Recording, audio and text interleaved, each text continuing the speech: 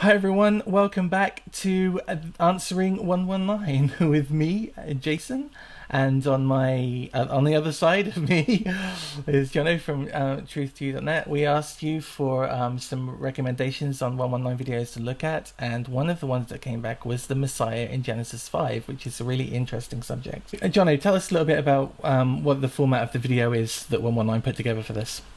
To be honest, I only watched it briefly. I didn't even watch the whole thing, I have to say. But the reason why is because at minute 7.5, they give a list of this is really what it's all about. They give a list of names, the genealogy from Adam to Noah, and they go about defining, giving the definition of those names with some of the roots.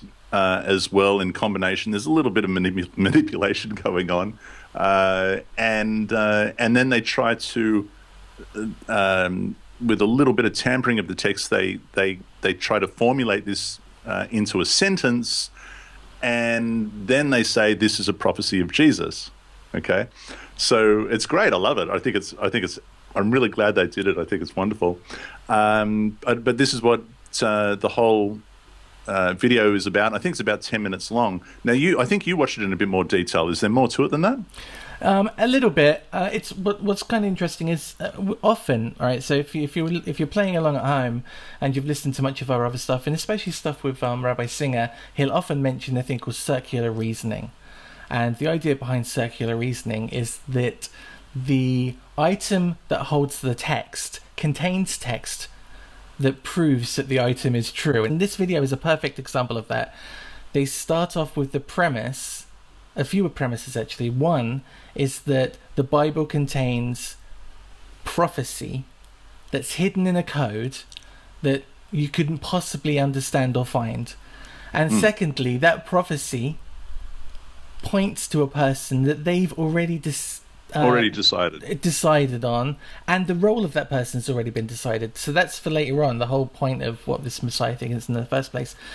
But basically it comes down to this list of names and the meanings. They say that names have meanings, and they show us what their understanding of these meanings are. And it's interesting that they say, to kind of level the playing field and so everyone can play along at home, we're going to use the Strong's Concordance so people can look this up themselves, which is a little bit like saying, I can prove that vegetarianism is the only way to eat, and how am I going to do that? Everyone can play along at home. I'm going to use this vegetarian cookbook. It's a little bit like that.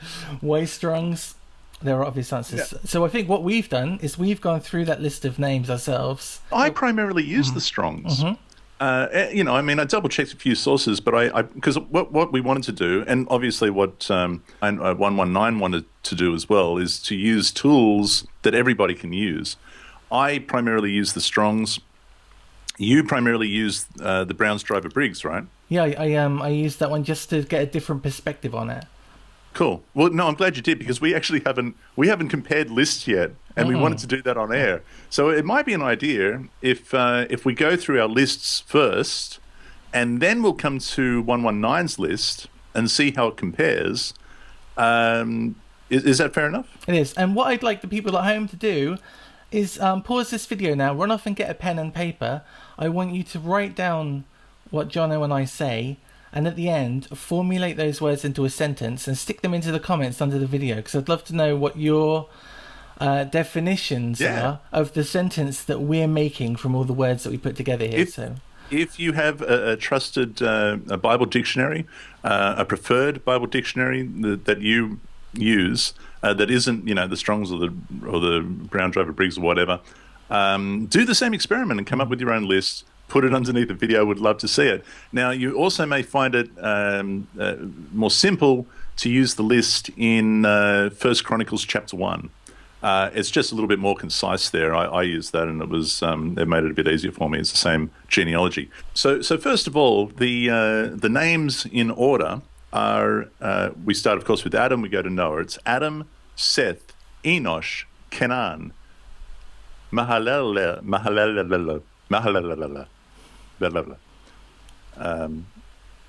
Jared, Enoch, Methuselah, Why can I say Methuselah, but I can't say Mahalalel, Lamech, and Noah? Okay.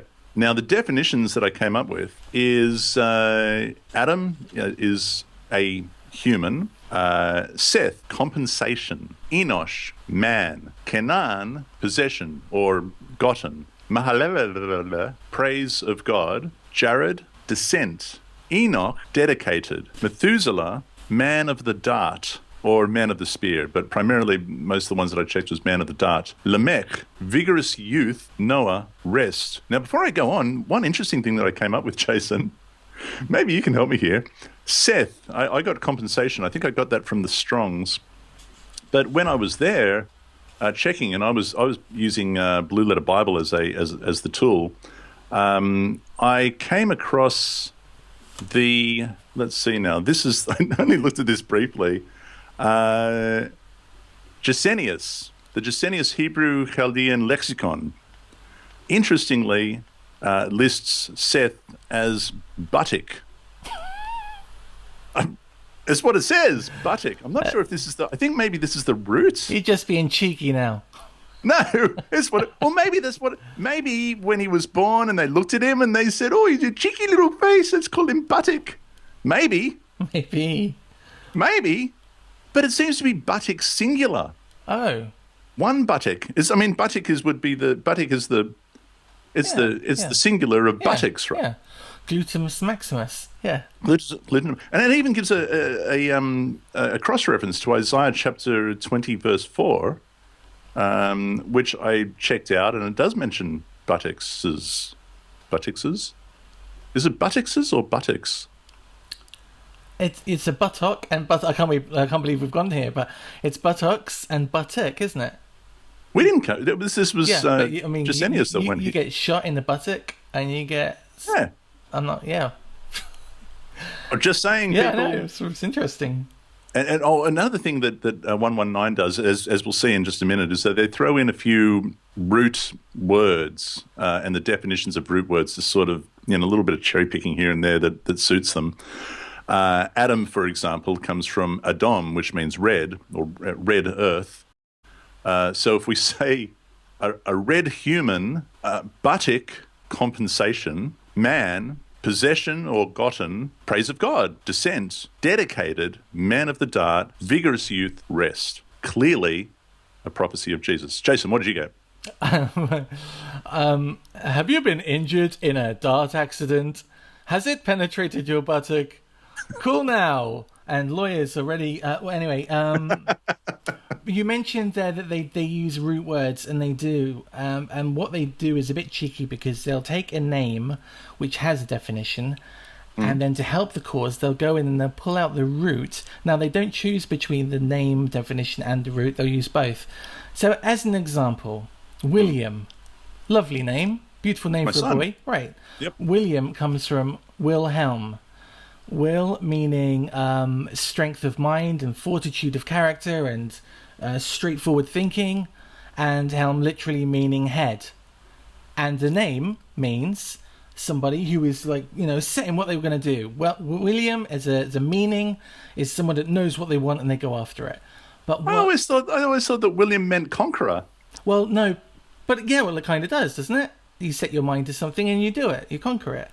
Okay. It just happens to be that there was a conqueror called William. Now, right. What they kind of do is they say, well, we've got William, which means this person who's really strong-minded, but to emphasize the strong-mindedness, we're going to pull out the root, the will part, and say it twice. So now he's more strong-minded than anybody else. And they kind of do that a lot. We're going to find that with Enosh in particular. It's a bit cheeky. So, Anyway, the BDB version, I have Adam again as red, or humankind, or first man. If we're going to be honest, in the text, when it says Adam, it says it in a plural sense. And then it brings it back. So if they're going to go through the first time that the name is used at all, then it's used as humankind, and then it comes out as a single man. So yeah, if we wanted to, we could say a red man. Snap. Seth, to set in place, or to put. So it's to fix something in a certain position. Maybe fix a buttock. Maybe fix a buttock. On a bike seat. Yeah. It's very hard. to ride a bike if you've only got one buttock. He keeps sliding off, I imagine. Keep sliding. Enosh also means man, but in a bigger sense, like humankind or friends or allies or anything like that. Canaan is interesting. It's from Ken, but it literally means something within something else. So that could be a nest in a tree or a room within another room. It literally means a place within another place. Mahalalel. Oh, well done. Praise of God. Now they break this down to mean also, they take the verb from it, halal, which means to shine. But it also means imperfect and boastful. So, they've picked the one that most suits their agenda. Jared, so you mentioned descend, like to go down, and down is the only thing I could find as a root word for that.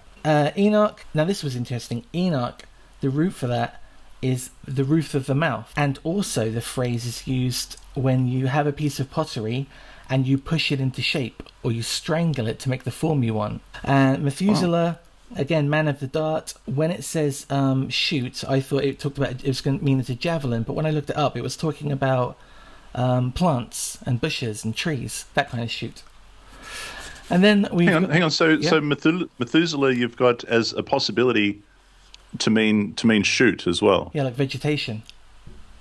Okay, I'm with you. Yep, cool. Lamech, powerful youth, and Noah, rest. So again, if you're going to try and make a sentence, it would be a red man that's put within a load of other men and is literally in the center of all these other men as the middle of a nest, and he's praising God because of his descendants who have to be formed into better people by some sort of plant that is also a powerful youth, and then everyone had to sleep.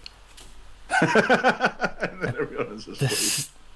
But I think the point is, yeah, we can make it say anything we want to. All you need is a thesaurus. Yeah. If you don't like that word, use another one. Now, they do their best to make this into a prophecy of Jesus. Can we say what they came up with? Do you want me to read out the meanings that they give of each name, and then you can read it into the sentence that they crafted into? Oh yeah, sure, do that. Yep. Okay, so what they have: Adam, a man; Seth, substituted; Enosh, man in brackets. They've got human race. The root, incurable. So they've decided to use all of those. Canaan, possessing, and the root, to erect. Mahalalel, praise of God. Root word is shining light, and again they're using both the definition plus the roots word definition that suits them. Because notice they don't have the root word definition for Adam at the beginning. That red. That what are you going to do, Jared? Descends, the root to come down.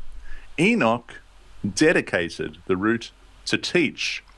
Methuselah, man of the dart, comma, shoot or growth, comma, or branch even. Why not? Okay, throw that one into the mix. Lamech, powerful / mighty youth, and Noah, rest. Okay, how did they formulate this into a sentence, Jason?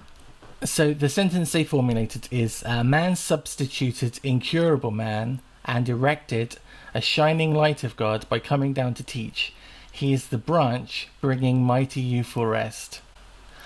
I have to. They take a lot of liberty. There's a couple of interesting things here. First of all, I know that much of the audience that's going to that video isn't going because they have read Genesis 5 and they've gone, wow, you know what? I think this might be some sort of hidden agenda in this, some sort of prophecy. I think I should go and check and see if anyone's come up with that idea.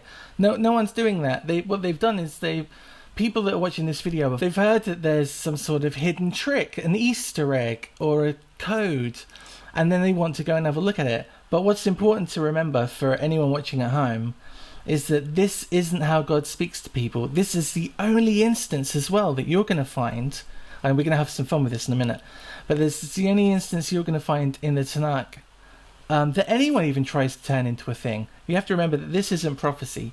When God uses prophecy, he does it for two reasons. he uses it via a prophet to get people back on course, or he gives people a future event. This is the small end of the wedge, a future event for them to look out for, to know that he is around and that he keeps his promises. Now, what my biggest issue was here is if God was speaking to the whole of mankind by hiding this prophecy in a text, then there are two massive problems with that. First, he doesn't want anyone to find out that this is in there at all. I mean, it's hidden in such a way that we've just shown that anyone running through this, first of all, they wouldn't have any knowledge that Jesus was coming. They wouldn't understand what this meant or who it meant. And secondly, God goes on to give the Torah to Israel at Sinai.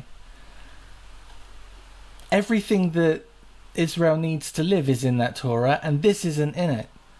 So either God's got a wicked, horrible sense of humour, or he forgot about this in Genesis 5.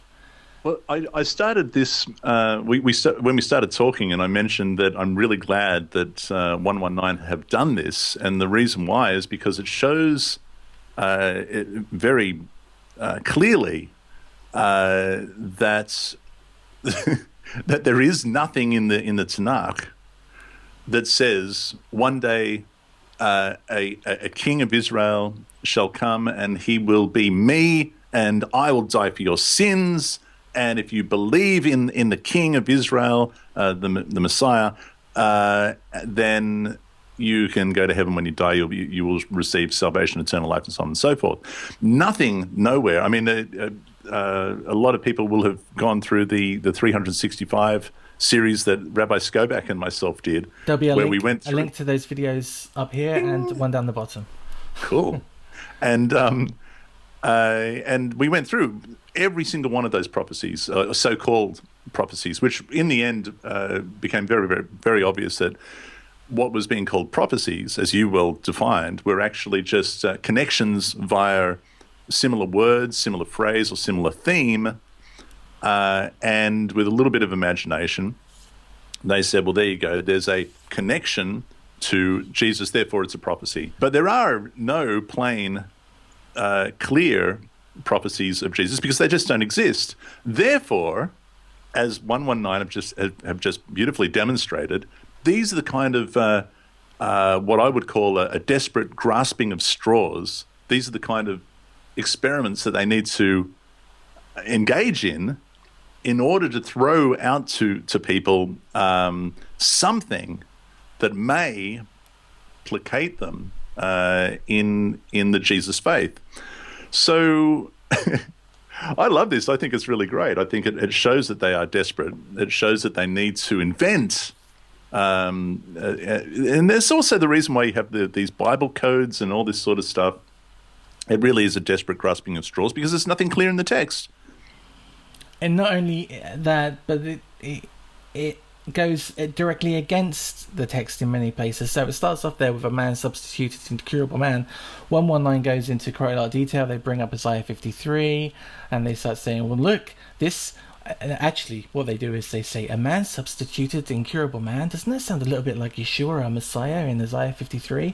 And then, so they start off with the premise that this is the answer. Let's go and have a look at the question again. Whereas the text of the Tanakh clearly says that a man can't substitute another man. It says over and over again.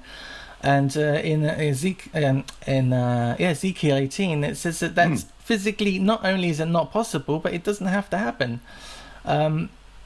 Obviously, they don't go there, but it's a little bit frustrating. And it's important that people, and the really sad thing is that most of the people that would get sucked in by this video don't understand what prophecy is. And I know that when I was going to church, I thought prophecy was some sort of future reading trick. I would have totally sucked this up. I would have thought this was perfect. Yeah, because generally in the Christian church, people who are not, who haven't really studied the Tanakh, they're well-meaning people, lovely people, well-meaning, but for them, because of the way that Christianity lends itself to the cherry picking of the text and the manipulation and trickery of the text, the Christian Bible and the Christian translation of the Tanakh becomes a magical mystery tour. It really, really does. And this, again, as I said, it's very much an excellent example of that. So we were wondering, weren't we, why, if this is a messianic prophecy based in Genesis 5, why they don't use the final set of names, or at least one of the final set of names. Why do they stop at Noah? Right. This is why not keep going if we're onto a good thing here? Now, by the way, what's his name? Did you find out his name? 119 guy? No, it's this 119 guy. Okay, 119 guy. If you're on a good thing, why stop there? There might be more. And we decided. It's not, before you go on, it's not even that we're making it up. There's literally another name in Genesis 5 that they didn't include.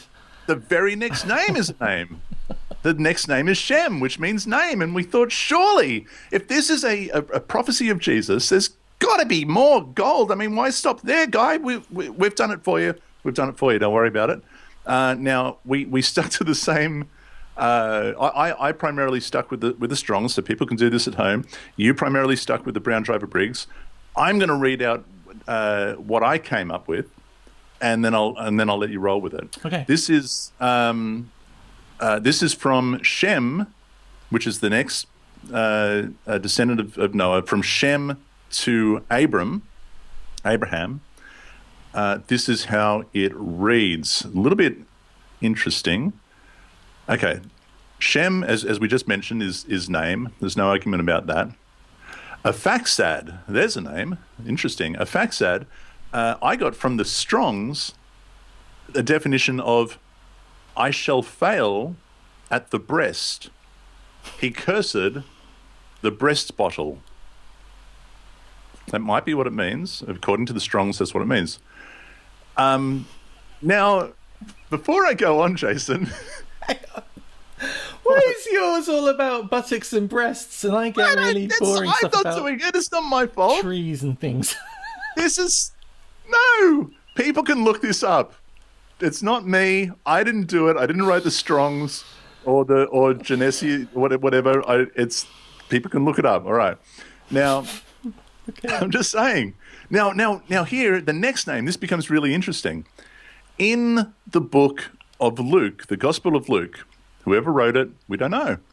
But in chapter 3, verse 36, if I remember correctly, there is a name inserted into the genealogy of Jesus, the supposed genealogy of Jesus.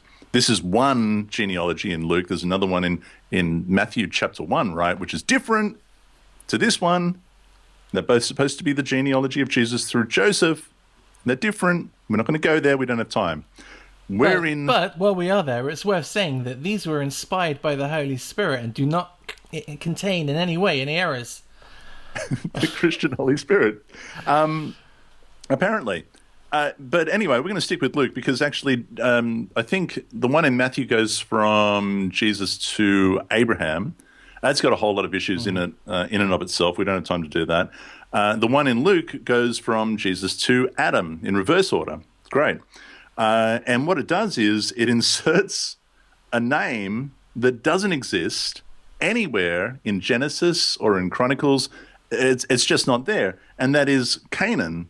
It says that Aphaxad begot Canaan, and Canaan went on and begot Shelah and so on and so forth. But nowhere in the Tanakh is this mentioned, as far as I could see. What did you come up with as far as Canaan was concerned? Exactly the same, and it's worth mentioning. I know there are going to be people now who are going to be saying, "But there is a Canaan. You just said there was a Canaan." In this, further back, yeah, right, yeah. In this, but I'm just saying because there will be people. There's another Canaan. Yeah, there's a different Canaan, but it can't be the same one because he would have had to have been born before he was born again. And I know there is a born again thing in Christianity, but that isn't this. In the Hebrew text, there is no Canaan prior to Shilan and after Aphaxad. I have to be very careful how I say that name. Canaan just doesn't pop up there at all. Now, it is my understanding, and I think you came across this, that Canaan does appear in some Greek texts of the Tanakh. Is that right? So in the Septuagint and in the Book of Jubilees, there is a mention of this person in that order. So what seems to have happened is that when the Septuagint was translated, they edited to fit Luke's. All right, just to clarify what you just said, because we don't actually have a copy of the Septuagint. There is no copy of the Septuagint. What we have is later Greek editions of the Tanakh, which we generically refer to as the Septuagint. What you're suggesting is that somewhere in these later editions of the Septuagint, Canaan was inserted into the genealogy in order to align with the mistake made in Luke. Exactly like we were talking about in the last program, there was a change made to the Septuagint to fit Stephen's... just what we were talking about last week. Right, with the 75 and the 70 and so that happened then, and I think that's exactly what happened here as well. Christian revisionism to suit the Gospels, because the Gospels can't be in error. That can't change. You can't change those texts. So perhaps, just saying, perhaps this is a reason why 119 guy decided he wasn't going to go any further, because it gets a little bit embarrassing, right? Yeah. Because it's not in the Tanakh. Okay, so let's leave him. We'll leave that Canaan out of the picture because he's obviously a mistake. Shelah equals sprout. Now that's interesting because you've also got sprout for Methuselah, right? And Shelah and Methuselah, obviously, it's a link. There's a relation there, and there's the sprout. Okay, Eber, the region beyond, Peleg, division, Reu, friend, Sirag, branch, Nahor, snorting, Terah, station or delay, and Abram, exalted father. So if we were going to put that into some kind of a sentence, it'd go like this. Name, I shall fail at the breast. He cursed the breast bottle.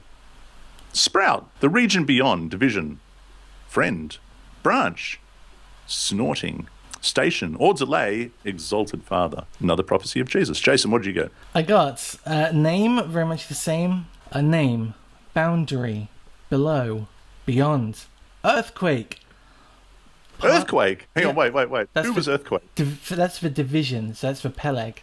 Peleg? You got earthquake? All right, sorry to interrupt. Keep going. Pasturally fed, so cattle fed, and then younger, and I got nostrils. Place in the desert.